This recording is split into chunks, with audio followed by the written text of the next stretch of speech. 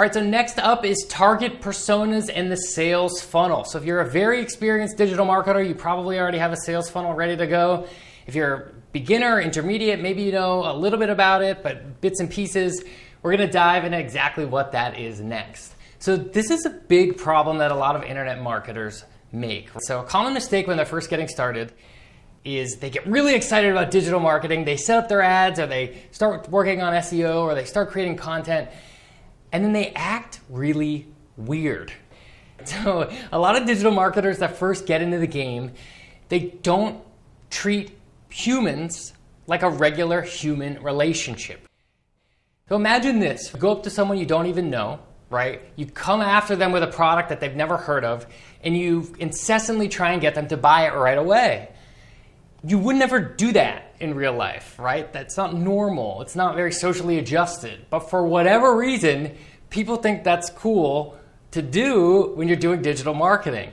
And it comes off as a little spammy and a little scummy and a little bit gross, right?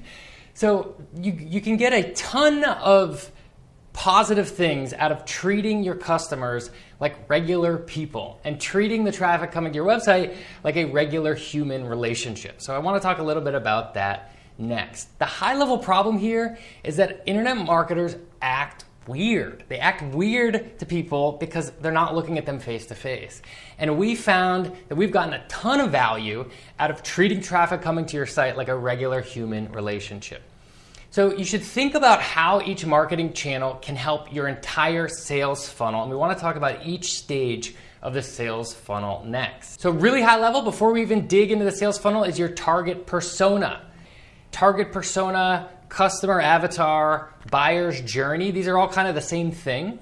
And what we mean here is that your target persona is designed to represent the wants and needs of your customer base.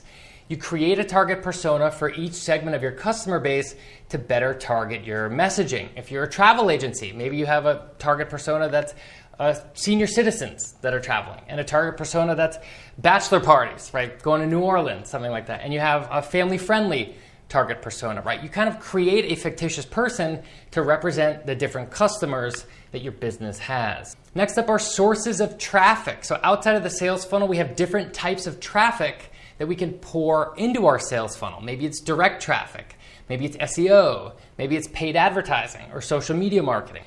All these different types of traffic can be poured into your sales funnel. These traffic sources are independent channels and they apply to each step of the funnel. So you can have top of funnel SEO traffic, middle funnel SEO traffic, bottom funnel SEO traffic. You could have top of funnel social media traffic, middle funnel social media traffic, et cetera, et cetera. Each one of these channels is large enough to be an entire specialization and could be made into an entire career, a team, or even a company, right? These are very large things. SEO isn't just something you do for 15 minutes and then forget about, right? These are all very large specializations that you could build an entire company out of. One last thing outside of the sales funnel are return paths. Return paths are things that we do to bring users back into the funnel after they've fallen out. So the return path can either bring a user back into the funnel right where they were, or start a user over at the top of the funnel with new pieces of content.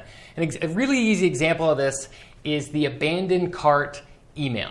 So let's say you're shopping for something online, you add it to your cart, you're about to check out, and the phone rings, or someone comes to the door, and you sort of walk away from your computer and you forget about it. 30 minutes later, you get an email saying, hey, please come back, here's 10% off, apply this to your cart. This is an example of a return path that uses email to bring a user back into the funnel right where they left. Okay, so those are kind of the three things around the sales funnel. Let's actually talk about the sales funnel next. First up is the top of the funnel. This is your mainstream kind of high traffic stuff. In the old school world, this might have been a billboard on the side of the highway, a TV commercial, a radio ad, or a magazine ad. In the digital world, these are things like a blog post, or maybe a YouTube video, or maybe a podcast. These are sort of the entry-level thing that gets new users into your universe and interacting with your business. This is the primary way that you get new people coming into your door. The goals of top of funnel stuff are mostly acquiring new traffic and maybe segmenting visitors. And the metrics that we use for those goals are things like total number of new visitors, maybe percentage of traffic that's new visitors, maybe total new direct visitors, or maybe building out your retargeting list. These are gonna vary a little bit from business to business, but just an example of some of the goals and metrics you might be following. So that was top of funnel. That's kind of your high mainstream stuff, the primary things that you get people into the door. Now let's talk about the middle of the funnel. So the middle of the funnel, if we compare this back to a regular human relationship, top of funnel is, hi, nice to meet you, I'm Tommy. What do you do for fun, this and that? Middle funnel is, you're really nice, let me get your phone number, let's go out on a date, let's go out on a second date, let's go out on a third date, something like that, right? Middle funnel is, hey, how can I contact you again later on? In the digital world, that's something like a lead magnet, or maybe it's an opt-in to a webinar or some type of free course. Or very common now is a low price offer or a tripwire, right? A lot of people do this. It's also called a loss leader in a lot of different businesses, where you're giving someone a really great piece of value for a very small amount of money. Maybe it's $5 or $10, right? Or maybe you're actually losing money in doing this, but you're using it to build relationships with new customers. So this is middle funnel. This is, hey, it was really nice meeting you. I'd love a way to contact you again. The most common one is getting an email address, but a phone number or a low price offer or tripwire is another way to do this as well. The goals of middle funnel are things like returning visitors and lead generation. And the metrics that we use for those goals are things like total number of returning visitors, maybe it's new leads, maybe it's our retargeting lists, or maybe it's the total number of tripwire sales. Okay, next up is bottom funnel. So this is where the magic happens. This is where you make your core offer. Primary thing that your business does is now offered to the user. We start at the top of funnel where we're giving away a ton of value in exchange for nothing, just giving up a bunch of value up front. The middle funnel is then, hey, I hope you really loved all this value. I'd love a way to contact you again. And the bottom funnel is, here's the offer, here's the price, click here to sign up now. So the goals of the bottom funnel are going to be maximizing the total number of conversions and then growing that conversion value. And the metrics that we would monitor for these goals are things like maybe the average order value, the total amount of revenue per visit, or the number of SKUs sold. Last up is retention. And this is one of the things that a lot of people forget to do. It is much more simple and easy to sell to customers that have already purchased from you than it is to sell to brand new people. And a lot of people forget this. Cross-selling and upselling and reselling to your current customers is often much easier and a higher ROI on your time than finding new customers, right? So retention is all the stuff that we do to increase our customer lifetime values. So it depends on your business, but you could do this in a number of different ways. Maybe it's an annual event that you host every year for your customers. Maybe it's a monthly recurring subscription that you offer to your customers, or maybe it's repeat purchases.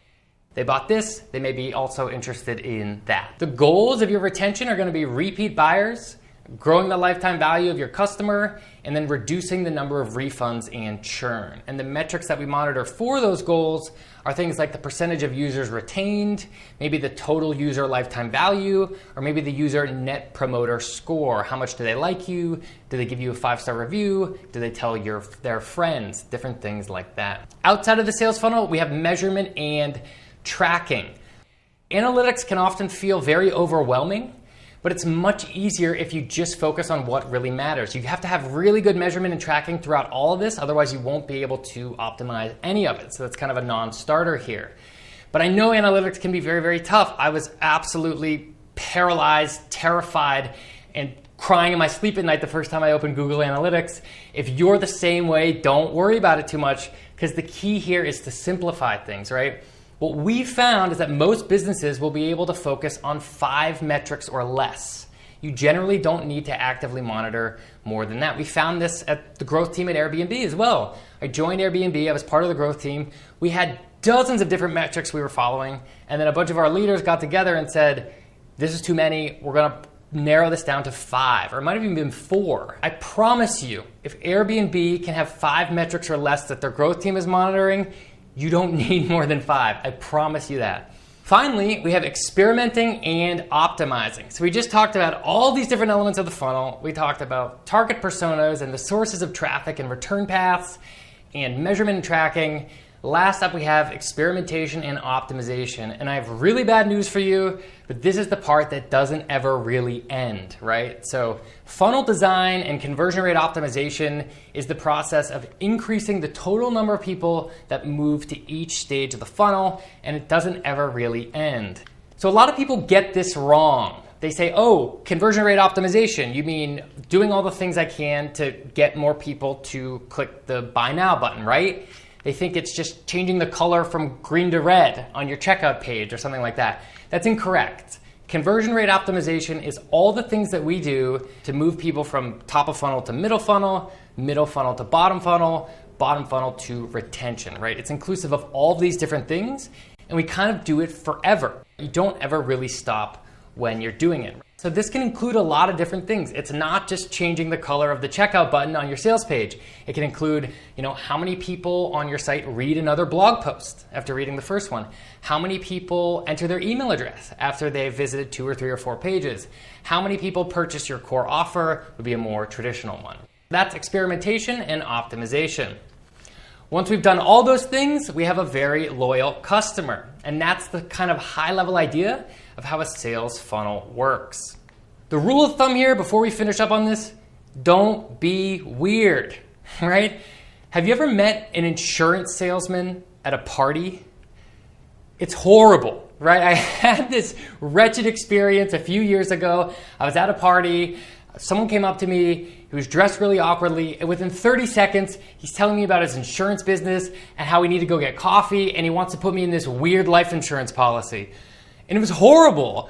It was just too much, it was too fast, I didn't want it, I wasn't expecting it, but for whatever reason, digital marketers do this stuff all the time. It's super awkward. And so what we're trying to convey here is if you treat your sales funnel like a regular human relationship, turns out people like that. Turns out people like to be treated like humans, right? And they don't want to be sold to the first 30 seconds you meet them. So we've gotten a ton of value out of doing it this way. And we highly recommend you reevaluate your own sales funnel and think about it in this context as well. Treat customers who just entered your sales funnel like normal people that you just met at a party. I highly recommend you do this, and I promise your customers will as well. Okay, so that's a high-level overview of the sales funnel. And as a reminder, this course is focused on a single step of that whole process, the measurement and the tracking.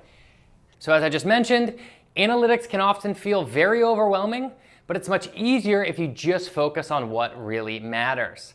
So this is applied to your entire funnel, right? And you need to keep that in mind. As a reminder, what we just talked about, you have your top of funnel with things like acquiring new visitors or maybe segmenting those visitors by interest. You have your middle funnel, which is driving visitors back to your site and then converting them into leads. You have your bottom funnel, which is converting leads into customers and then maximizing your cart value. And then you have retention, which is something like maybe maximizing your customer lifetime value, reducing refunds and churn, or generating referrals from your users. All right, so those are the fundamentals of analytics and the sales funnel. Now let's dig into the rest of the content.